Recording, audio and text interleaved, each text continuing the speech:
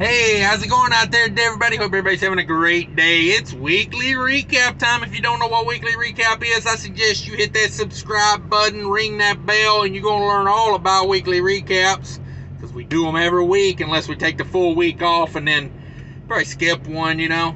But I don't skip them other than that. Like, if I do it, I do it. I tell you it is. I mean, hell, I had one where I lost $9,000 and no shame over here. I don't care. I put them out there.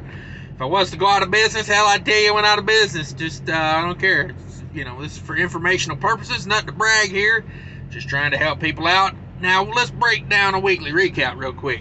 I'm leased to an 80-20 split refrigerated carrier, and I enjoy working here. I've been here like 3 years. A lot of people, oh, why don't you go get your own authority? I'm going to talk about that a little bit more later on.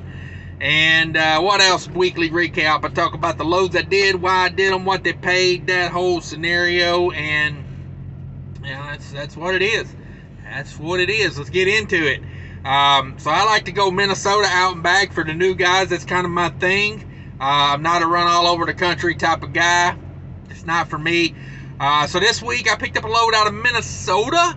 I took it over to Pennsylvania, and that load was one pick, 4 drops, and it was 42,000 pounds, negative 10 degrees, 63 empty miles, 1154 on the loaded for 1217 total. That load paid $5,900, and it was an expensive load to do as far as tolls and everything because I had to take toll roads because it was a tight schedule. Still not a bad load. And then I grabbed a load out of Maryland coming back to Minnesota, and that was the week. It was a 6-day week on right here. What I'm telling you about, this is 6 days. That second load coming back paid $3,000, and it was 7,000 pounds, 28 degrees. Another good load, 1203 total on the miles on that one for $3,000. Total revenue for the week, $9,150, $9,150. So my 80% of that was $7,320.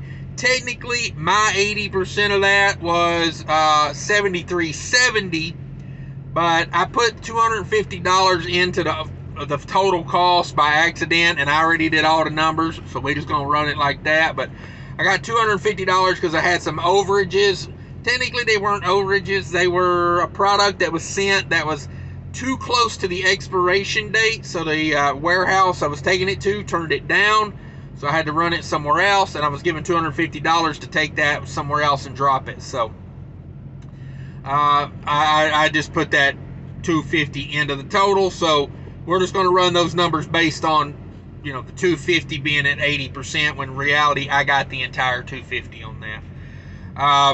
So let's talk about it. 2,420 total miles, 142 deadhead miles, 2,278 loaded miles for 6% deadhead for the week. That's well under what I, prescribe as being okay. 10% is kind of my cutoff on deadhead, but when the market ain't good, sometimes you got a deadhead. I'm not against it. It's just a general rule of thumb. I like to keep it under 10. So when I get these weeks that are like, 4, 5, 6% deadhead, tends to be more my average. But the way that works is when you get a 15%, it kind of all averages out. So let's break down that mileage. That was $3.78 all miles. Every mile this truck turned was $3.78. That's a damn good rate in this market. Damn, I meant to put it at the beginning of the show here. This is like mid to late June this week here. I wanted to start putting that in there. Let's say a midweek in June 2022. That's when this was. A lot of people watch weekly recaps from like 2 years ago or a year and a half ago when rates were great and fuel was like $2 a gallon. And they're like, how are you buying fuel for, $2 a gallon? And I'm like, I'm not right now. Then I was, but now I'm not. So anyway, that's when this is from. Now this is $3.78 all miles, $3.02 a mile, my 80%, man. If I'm above $3 at my 80%, I'm very profitable with that. That was $4.01 a loaded mile, man. It pays to have connections, and I'm going to talk about that a little bit after we run through the numbers. So if you want to hear my opinion on that, stick around because we're gonna break it down. So Diesel, I had my first week over $2,000. So the way it worked is I fueled up like the second I left the house, and so I fueled up leaving the house, and that made me buy a lot of diesel for this week, as I bought fuel on the way back as well. So $20.50 on diesel, but you know I'm like full leaving the house, so I bought, you know, probably 100 gallons like right out the gate just to fill up, and then I bought fuel coming back. So $3.07 on reefer fuel. That's a little better than last week, but still not great. Still not great. The load coming back was continuous. They made it very clear they wanted that 7,000 pound loads, 28 degrees. They made very clear that's continuous. They said that every time I talked to the broker, they said this is continuous. No start and stop. This is continuous. So, you know, when you get a good paying load, and you got to run it continuous. So, $27 on DEF fluids, $4.91 on tolls, $22 on parking. I hate paying for parking, but you got to do it sometimes if you're me, because I like to run it late at night sometimes, you know. So, you know, when I get to a truck stop at midnight, sometimes I got to buy a parking spot. 13 on scales. I scaled the load going out. I did not scale the load coming back because it was 7,000 pounds. Now let's break down these numbers. 73.20. My cut is 73.20 of my 80% of the 100%. 73.20. $2,910 in variable cost. In variable cost, man, that is a lot. Tolls were killer. $262 in tolls on the first load, $229 on tolls coming back. I would have went around the Indiana toll road both ways, but 20's under a lot of construction right now, and it really burnt me to have to pay that toll coming back because I had a light load, and you know, you can get around quick when you got a light load, but I really didn't have the time. That second load was crazy. They gave me 37 hours to go from Baltimore to Minnesota. 37 hours. Now people will say, oh, you can't do that legally. I did that legally. I logged every bit of that legally. So it can be done. So $29.10 on that. That leaves me $4,410. $500 in maintenance cost I put back on this run. Which leaves me $3,910 to do what I have to do with. $39.10 to do what I have to do with. Now, if you're watching this for, you know, educational purposes, and you're wanting to start being an owner operator, you need to factor in a few things. Truck payment, if you're going to have truck payments. If you're buying a truck cash, maybe put back a little bit out of that for replacement cost and your insurance. Those would be the two big things you would need to take out, and there's multiple kinds of insurance. Whatever you need to have to be legal, you'd have to factor those in. And fuel costs this week, 85 cents a mile fuel cost, which is crazy for me, but filling up as soon as I left the house and then filling up right before I got back to the house, that's what drove it up. The actual fuel cost for the week's not that bad really if you like evened it out, because I tell people the money I have in this, like the $20.50 on diesel, that's how much I spent. That's not how much I used. So you'll have some weeks where it looks better because, you know, I come into the house coasting in on empty, and then I got weeks where I, you know, vice versa, you know. So 85 cents fluctuates a little bit. That's high. I did really good on that 7,000 pound load coming back. I averaged 8.9 miles per gallon from Baltimore to Minnesota. Yeah, 8.9 miles per gallon, 7,000 in the box, 70 miles an hour on that. I had the cruise set at 70 on most of that because, like I said, they gave me 37 hours to go 1,130 something miles. What was the loaded on that? 1,134. So, you know, you take construction backups in Indiana, you take going through Chicago at like 2 or 3 in the afternoon, going through Gary. Chicago had a lot of backups, so I had to make up a lot of time. We had her pegged at 70 most of the way. But it is what it is, you know. I I got fuel at a decent price over there in Baltimore, so I was kind of okay with that. And you know, low $5 out of Maryland, I thought was a decent fuel price. The ones that got me was, you know, I had to buy some fuel in Ohio, and I had to buy some fuel in Pennsylvania. You know, especially filling up that reefer tank in Pennsylvania hurt. Let me tell you, $137 to put reefer fuel in Pennsylvania. Whoa. And you know, they kind of got you on a multi-stop load with reefer fuel, because you kind of got to buy it where you got to kind of buy it. I've had some people suggest get a siphon pump and, you know, siphon it out of my tanks, but I got anti-siphon, you know, things in my tanks on my truck, so I can't really pump fuel out of my truck, you know, to put in a reefer, which I don't know how much you're really gaining dealing with all that. You know, you might save, you know, 50 cents a gallon on, what, 15 gallons a day, you know, $7.50. I don't know if it's worth dealing with all that and making the mess, you know. And then what am I going to do with the siphon pump? You know, it's going to be, you know, I had to put it in a sealed bag of some sort, or it will smell like diesel. I don't know if that couple bucks is worth it, honestly, but there we go. You know, not a bad week, actually a really good week, I thought. 6-day week here, that helps. And now I look at this week right here. This is why I'm leased on to a carrier. I mean, I'm not going to make no bones about it. Back when rates were banging through the roof, everybody told me, oh, you're giving 20% to a carrier. Why would you do that? Why would you give them 20%? First of all, I don't give them anything, okay? Like, when you lease on somewhere, like, it's their money before it's your money. I mean, I don't care. Like, if you did the broker or the shipper, they don't cut a check to you and then you give 20% to the carrier. They cut a check to the carrier, and then the carrier pays you whatever percentage. So, but I just never was, you know, I'll stick by what I say. If you want to build a fleet, yes, get your own authority.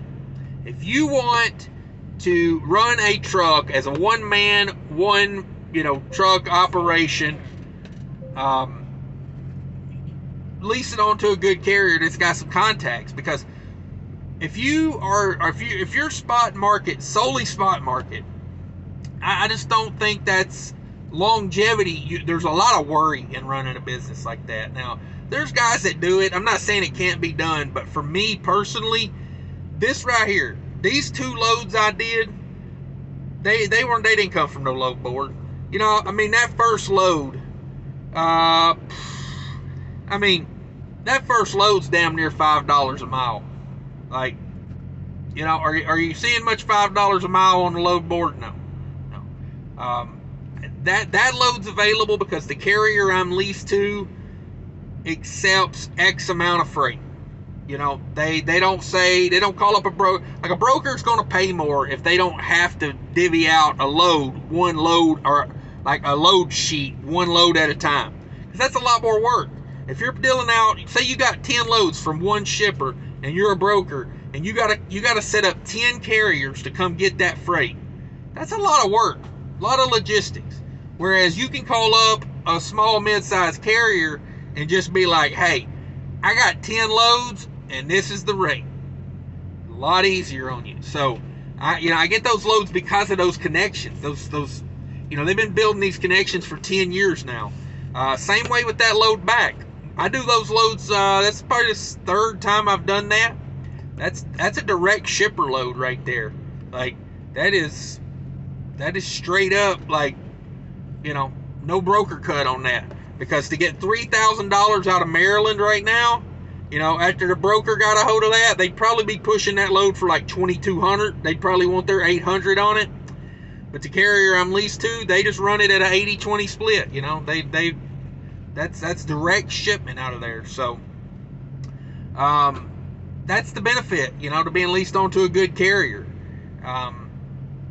I don't know, you know, I've suggested that for years now. That's kind of been my thought. Lease onto a good carrier if you're just one man, one truck. Maybe if you got your own trailer, you know, get a little bit more of a percentage out of it.